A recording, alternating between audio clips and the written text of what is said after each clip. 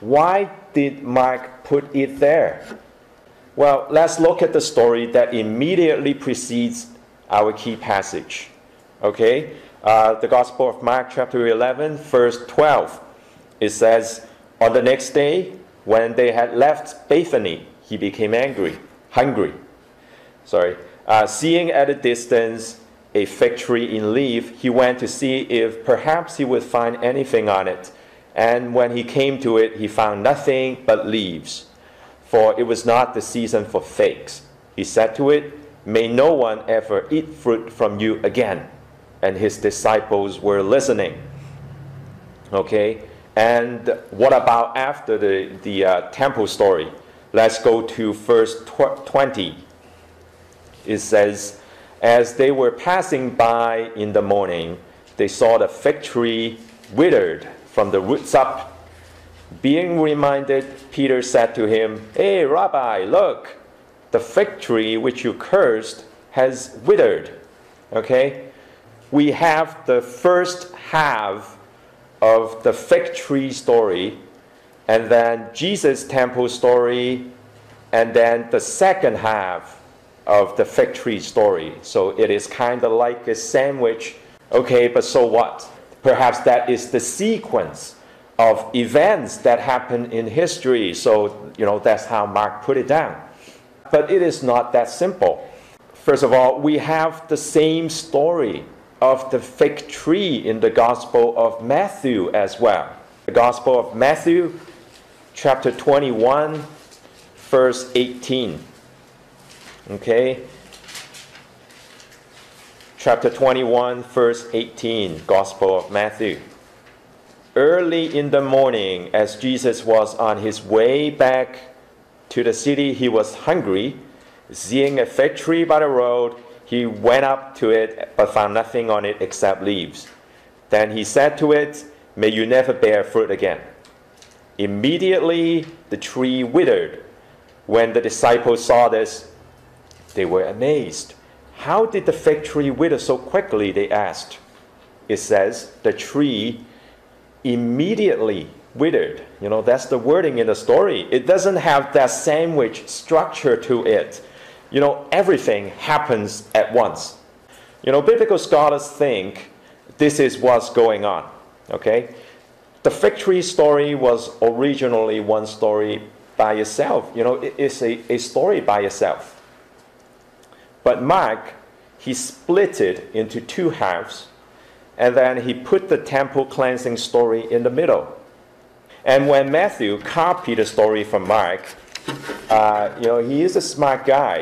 He could see that the fig tree stories were split, so he combined the two back together to make the narrative, go smoother.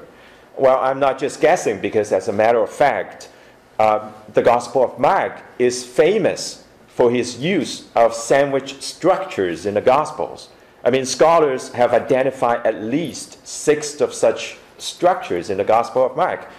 Actually, I've seen someone counted a dozen of them. If you want the specific references, just go ahead and Google, Gospel of Mark and sandwich. That's how scholars call it. You'll be able to find details on the internet, and it's quite interesting. It is a well-known structure of the Gospel.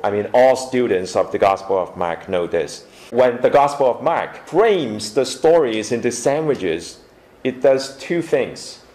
First, it highlights the middle section. That is the meat of the unit. Look at it closely. And second, and this is more important for our purposes today, the frame helps explain the middle part. Okay?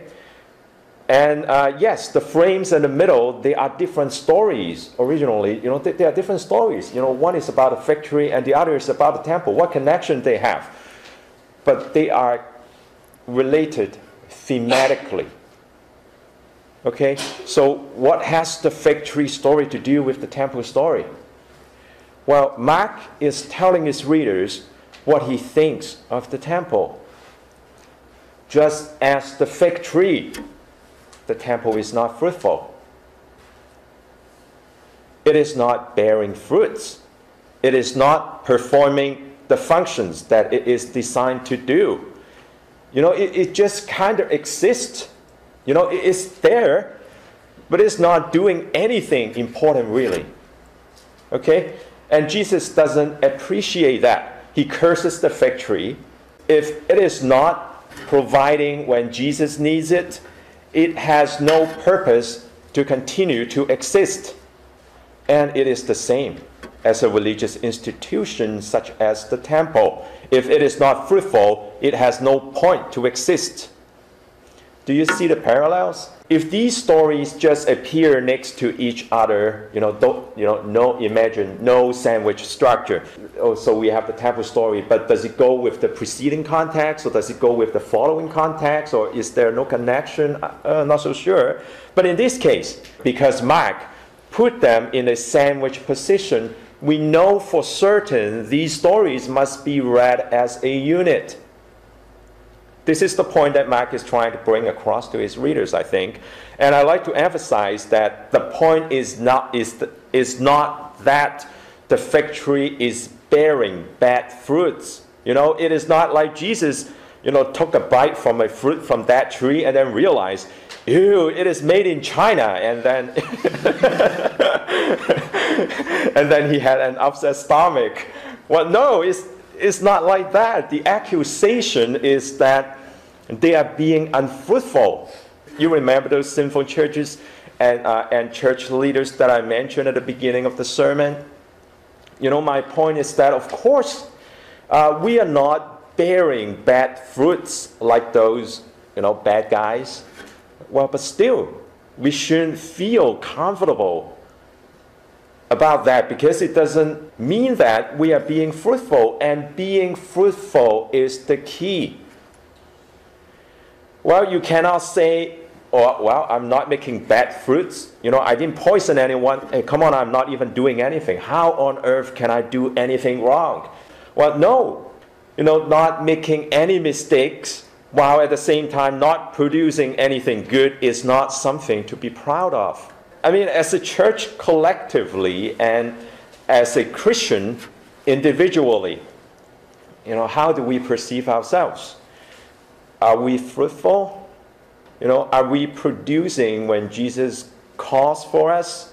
On that little orange book, I don't know if it's still orange, the 4 spiritual laws, do you know that? When it invites you to become a Christian, it says, God loves you and He has a wonderful plan for your life. Well, but of course, all the veteran Christians like Justin would know that. If you are a guy, what that phrase really means is that God loves you and He has a horrible plan for your wife. Well, I think, do you have a girlfriend? I'm sorry for you. He's a pastor, so. If we take our faith seriously, we would make some serious sacrifices here and there. It is inevitable. I mean, I'm not suggesting that it is a requirement for salvation, no. But when you truly care about something, when you are totally dedicated to attaining something, you go for it. You strive for it. You put it at the pinnacle of your list of priorities. It is natural. It is logical. It is inevitable that you would neglect some other aspects in life because they are simply not as important, right? To follow Jesus is like walking on a narrow path. To follow Jesus is comparable to carrying a cross every day. Chilling out in the wilderness by yourself, not causing any trouble and not making anything happen, well, that is not an option. It just is not. Either you are fruitful or you are not fruitful. There is no middle ground. Well, you might ask, so what is the definition of being fruitful? Well, make no mistake, I'm not judging you. I mean, that's the problem with guest speakers. I don't know you well enough. But I think it is something that is nice for you collectively as a church to figure it out. How do you define fruitful? What do you think God would want from you? If God says He needs you, what do you think you can do for Him? You have a whole year to figure that out. And I'm just inviting you to reflect on a question. Are we being fruitful? Do you want to be fruitful? And you be your judge.